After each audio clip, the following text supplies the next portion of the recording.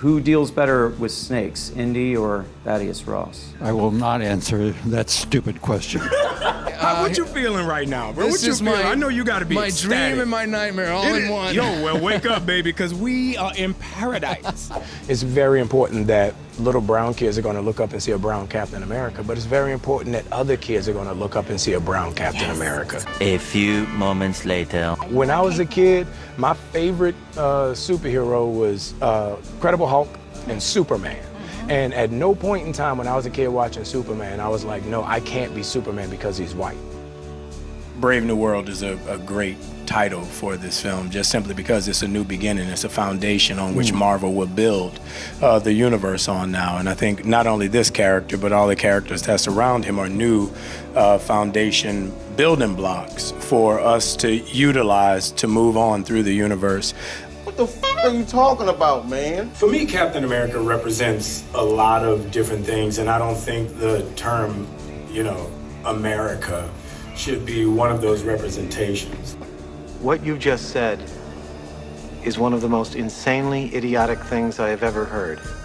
Everyone in this room is now dumber for having listened to it. Nerdrotic.com. Greetings, you over 1 million hellions and the 40% who haven't subscribed yet. The Captain America sequel without Captain America has had a lot of problems, not the least of which is not having Captain America in your Captain America sequel. Captain African American has been the very definition of production hell with multiple issues, including but not limited to those on-brand Disney Marvel delays moving it from 2 prime summer spots into February, possibly to recapture the magic of Black Panther by putting it in Black History Month. Then they changed the title to Brave New World from New World Order, because Disney Marvel is worried that that term was co-opted by conspiracy theorists who believe that globalists, bankers, and shadowy organizations are trying to establish a single authoritarian world government. Like, who would believe that? Then, of course, there were the well-reported ballooning budgets that were anywhere between $350 million and $375 million that Disney later lied about and said was $180 million, which was actually the price of the reshoots. Now, Disney Marvel would never lie about a budget, except for the time they did with Doctor Strange and the Marvels. But wait! There's more! The box office projections have gone from a $95 million domestic opening over the 3-day weekend to a $90 million domestic opening over the 4-day weekend, which is $30 million less than Ant-Man Comimania. And one of the biggest shockers is the corporate critic score on Rotten Tomatoes is 51%. Maybe they were funded by USAID. Go yourself. And with all that, this was still a movie you needed to do homework for. The good news is you have to watch The Incredible Hulk again. That's not so bad. The bad news is you don't need to watch any of the actual Captain America movies. The worst news is you have to watch The Eternals, and the most required viewing for this film is the god-awful Falcon and Winter Soldier, the most hateful and divisive piece of content Disney Marvel has ever produced. So to save our collective time and sanity, it could be best summed up with a few clips. We need new heroes. One suited for the times we're in. Mr. Wilson, but we cannot approve you. I'm truly sorry. I'm giving him shit. We just talk. Hey, look, this guy bothering No, you. he's not bothering me. Do you know who this is? Oh, God. I am so sorry, Mr. Wilson. I didn't recognize you without the goggles. Message! Please, you buy into all that stars and stripes bullshit. Those stars and stripes don't mean nothing good to me. My world doesn't matter to America. Message! That shield is a monument to a bygone era. A reminder of all the people history just left out. You of all people bought into that bullshit? You're becoming a bit of a legend. Every day more people love you. I didn't think there could be another Captain America until I met you. People are lost. They need a leader who looks like them. Sam. What? Carly bombed a GRC supply depot. What? What's the damage? 11 injured, 3 dead. To them, at least Carly's doing something. You really think her ants justify her means? Then she's no different than him or anybody else we fought. She's different. She's not motivated by the same things. I like you, Sarah. You remind me of me. You know, when you came to Madripoor, you reminded me of a young me. Blonde hair, blue eyes, stars and stripes. A black man. Black man, black man. I'm a black man carrying the stars and stripes. When Steve told me what he was planning, I don't think either of us really understood what it felt like for a black man to be handed the shield. But he's still black. The terrorists only set us back a bit. You have to stop calling them terrorists. but you have no idea how complicated this situation is. You know what? You're right. You've got to do better, Senator. Well, I have to apologize in advance because it seems like we say this a lot with Disney Marvel films lately, with a couple of rare exceptions, but my expectations were low, but holy fuck, with Captain America Brave New World, it seemed from the corporate critics and some critics that I actually liked that the general consensus was that it was mid at best. But I have to respectfully, and with most critics, disrespectfully disagree. Every bit of trouble this film has had shows through on the screen. I think it can be best described as Disney Marvel making a post-Snyder, pre-Gunn DC movie. I come to set every day with a smile on my face because we're making Captain America. No, you're not. And here I am being a sweet summer child again because I thought this would be better because it's got a pretty good cast. The good news is it's not 2.5 hours long and it's not woke. The bad news is it feels 2.5 hours long. It has a series of events that might masquerade as a plot, but it ends up being a boring, convoluted mess. You know, I feel stupid for doing so much prep for this because this film has nothing to it. So don't worry about any spoilers because you saw everything in the trailers.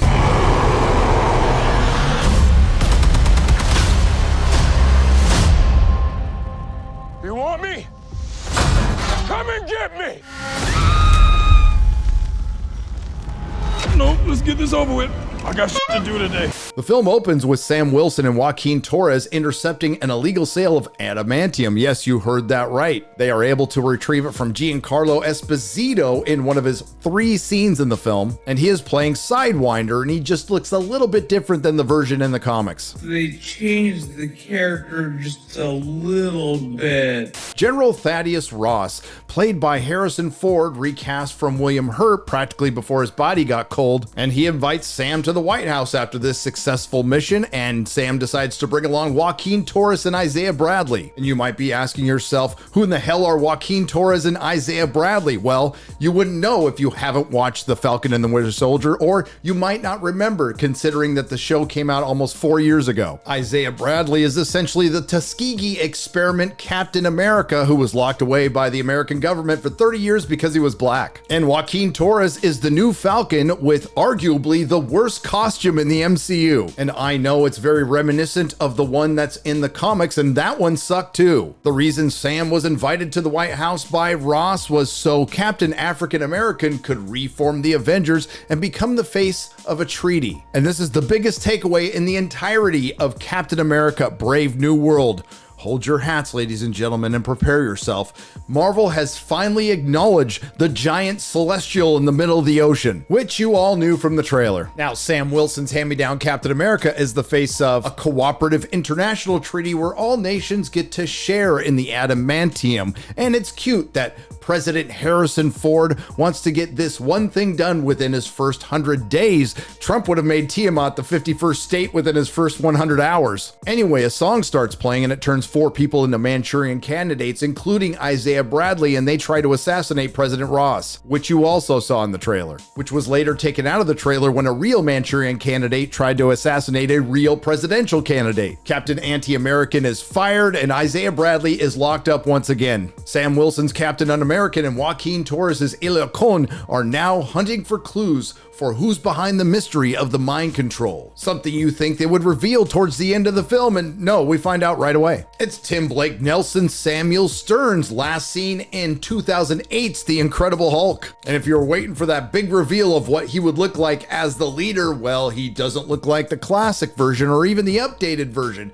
He looks like what Chris Gore best describes as broccoli. What the hell is even that? And apparently the creators of Captain America Brave New World had no interest in having the audience engage in the story in any way by giving us the leader's entire motivation in successive exposition dumps, for which there are many, in the middle of the film. Now the 5s and 10s of people in the theater will have time to check their phones, and they're really playing to the lowest common denominator. Unfortunately, that's the creators of Captain America Brave New World. Turns out the leader is mad that Ross used him to gain power, and when he was promised a pardon, he didn't get it. So what's he want to do? Does he want to kill him? Does he want to take over the world? No, he wants to ruin Ross's career. First by engineering what turned out to be a fake assassination attempt, and then engineering a war with Japan. NANI? Japan believes that the US, ordered by President Ross, stole their adamantium only so the US could give it back to them, and it creates an international incident. Now Sam and Joaquin are able to escape the leader with the help of their teeny tiny friend Ruth Bader Ginsburg. Ruth Bat Seraph. Now I did say the film wasn't woke in this sense of the Falcon and the Winter Soldier, but it definitely has its MCU element, and it's Ruth Bat Seraph, who in the comics is a mutant superhero named Sabra, who is an agent of the Mossad, essentially Captain Israel. But for some strange reason, they've changed her character in the MCU, and now she's the security advisor for Ross and a former Black Widow. Now back to the war with Japan that the leader instigated. Now let's not get bogged down with the details in our world anyway, that the Japanese Air Defense Force has about 60,000 people with 714 craft, and our Air Force has over 600,000 people, half of which are active duty, and 5,000 aircraft, 32% of which are fighters. But it's pretend, so we'll let it go. It just seems that Japan is such an odd choice when the obvious one would be China. To be fair, this is Disney, a company that thanked a concentration camp in China and they want to continue pandering to them, then it makes more sense. This big action set piece set around the celestial Tiamat turns out to be a CG slogfest minor skirmish. Again, the leader's entire motivation for this is not to obtain power or get adamantium, it's to make President Ross turn into the Red Hulk so he'll look bad. I knew he got big. I knew he got mean. I knew he got red. That's all I needed to know. And that doesn't happen until the end of the film during the press conference, which you've all seen in the trailers, and Sam and the Red Hulk have their big final battle amongst the cherry blossoms. I wish I was kidding. And Captain African American defeats the Red Hulk by knocking him out with a vibranium wing and talking him down. In a scene that makes Black Widow talking the Hulk down look Shakespearean. And that's where the film ends, and it has all the bad things. It's anticlimactic, it's contrived, it's bloated, it's filled with exposition, the CGI looks like dog shit, and I can't believe I'm saying this, but there are parts of the Falcon and the Winter Soldier that I like better, including Zemo and John Walker, who did nothing wrong. Captain America Brave New Low had none of that, and it doesn't help that Disney Marvel once again cast a director based on his identity rather than hiring him for his ability. To be fair to Julius Ona, I doubt this is his final version, which I've heard from people within Marvel is worse. I'm guessing all the politics were cut out, and I would believe that considering that the first film Julius directed was called